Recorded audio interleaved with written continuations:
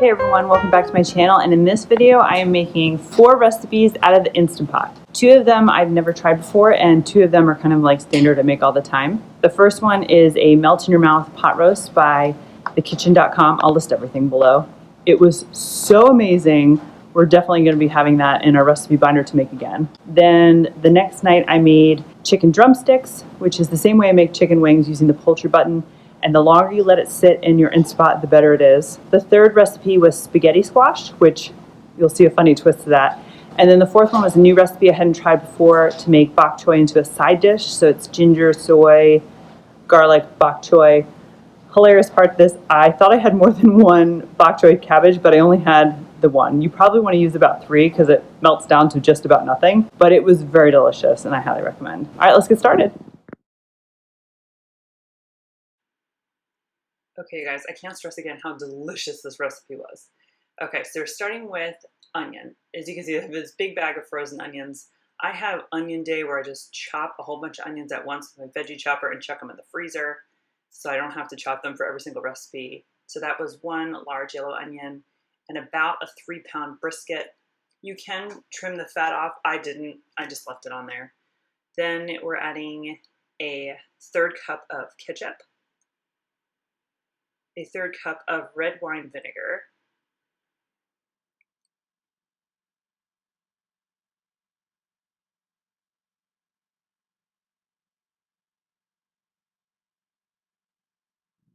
and a 1/3 cup of just water, a 1/4 cup of packed light brown sugar,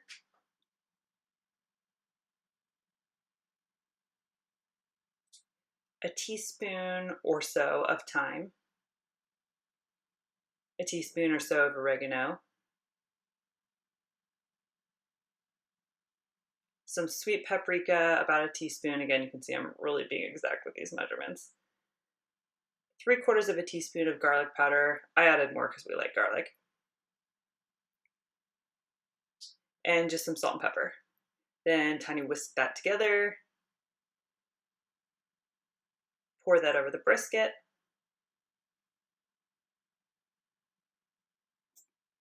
Put your lid on, put your vent on sealing, and this guy's gonna go for about 90 minutes.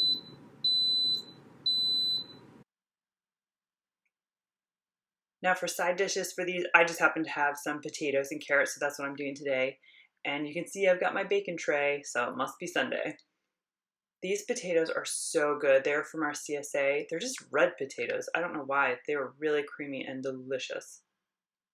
So I just chopped them up pretty small so they cook quickly. Most of my veggies I roast at 400. These took about 20-30 minutes, and I gave them a little flip halfway through.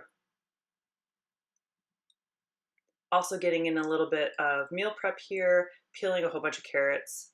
I sometimes save those scraps for stock, but I didn't that day. Then I just cut them into like finger-sized pieces and then cut those all into like quarters and throw them into that huge bin. We eat those throughout the week. I also use them for baby-led weaning with Paul. I just steam a couple of those. It's so nice to have on hand. So just a little salt and pepper. I don't even need to put any oil on these because, again, the sheet had bacon grease on it. And 400 degrees for about 20 minutes. So you can see I left this in here for about an hour. You can do that. It's actually better, I feel like, than if you just did a quick release. So I let this sit. I'm just going to take it out, let it rest for a couple minutes. And then we're gravy people, so I wanted to thicken this up because it was pretty thin. This wasn't in the recipe. So I'm just draining in my fat separator here. And everything on the top is pretty much just onions.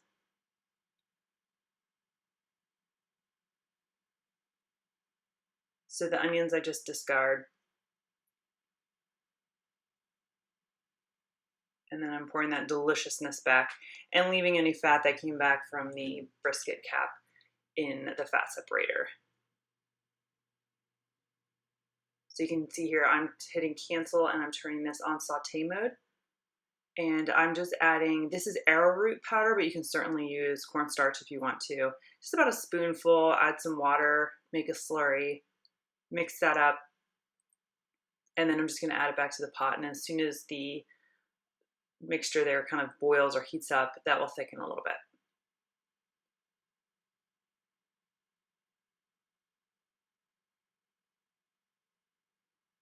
So here am I cutting this guy, and I don't know if you can tell, but the meat had two different sections. That's why I flipped it.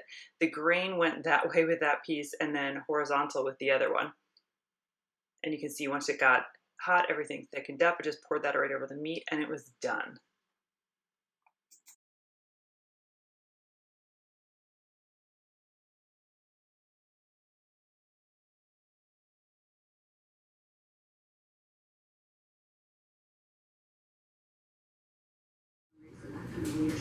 For me, that was.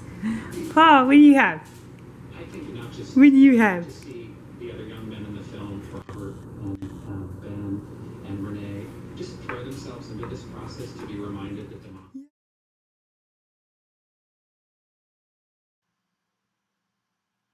So this is pretty much how I do all our bone-in red meat now, with chicken anyway, is the Instapot. It comes out so good, falling off the bone. It's amazing.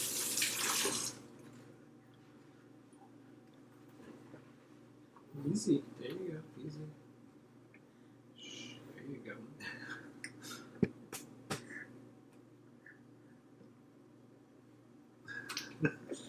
go. He's so stinking cute. Okay, back to the recipe. Add about a half a cup of water, salt and pepper. I don't add my seasoning right now. I add it after the Instapot's done and when I put it under the broiler or in the oven to crisp up the skin. But you can also add seasoning at this point too. I pop that vent to sealing and I just hit the poultry button. That's it. And again, just like the brisket, the more you let this sit, the better it is. So here I'm just spraying a pan. It had been about an hour later, so you can see there was no pressure to release. And then I'm just going to take these out, and I do try to position them so the skin side is up because I'm going to pop them in the oven. You can do the broiler as well just to get that skin crisp. This step isn't necessary. You can just peel the skin off. It's also delicious. And here I'm using this Weber dry rub. I have no idea where we got this. I kind of found it in the back of our pantry. It scarily does not have an expiration date, so I'm using it. It's kind of like an all seasoning like Lawry's with sugar, so it was so good. The next recipe is kind of a staple recipe for spaghetti squash, and this couldn't be easier. So you just put the trivet in the Instapot, about another half cup of water, poke some holes in there, make sure you're steady so you don't stab yourself, and then just plunk the whole thing in there. This could not be easier. And then you put the lid on, you make sure the vent is on sealing, and you're going to do high pressure for 20 minutes. Again, this one you can also just let it sit. So you can see an hour later, I come by and take it out.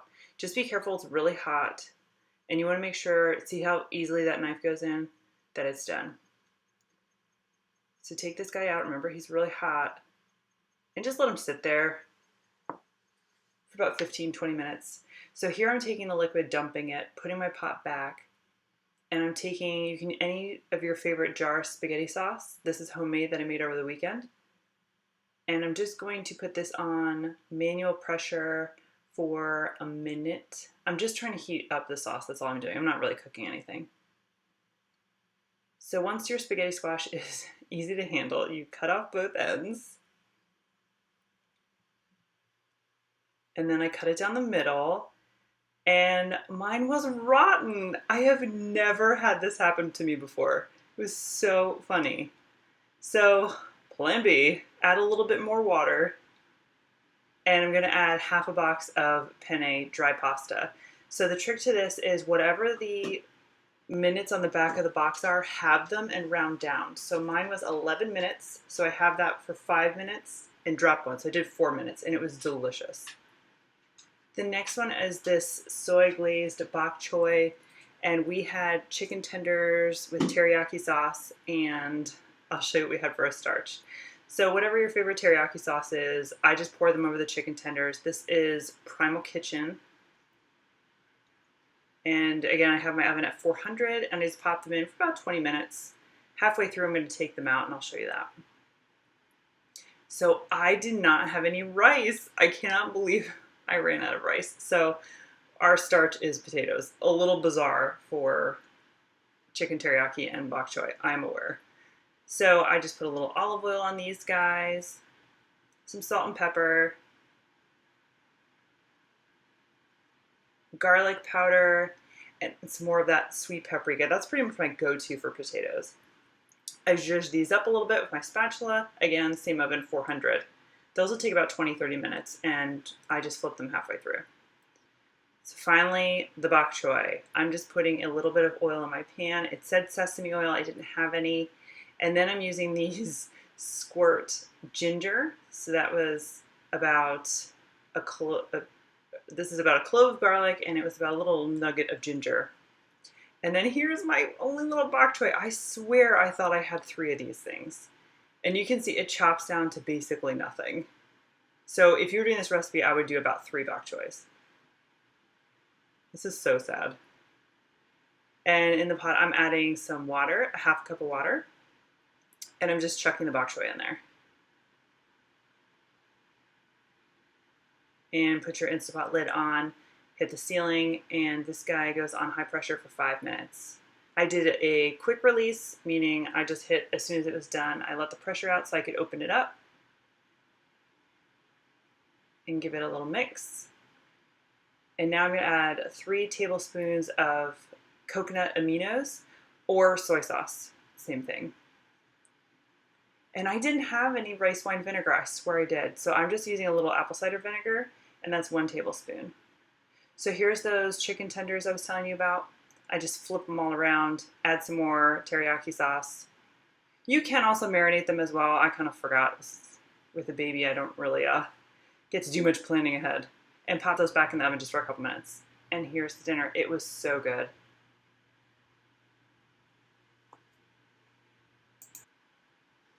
Thank you so much for watching. Subscribe if you haven't. Give this video a thumbs up if you liked it. And we'll see you next time.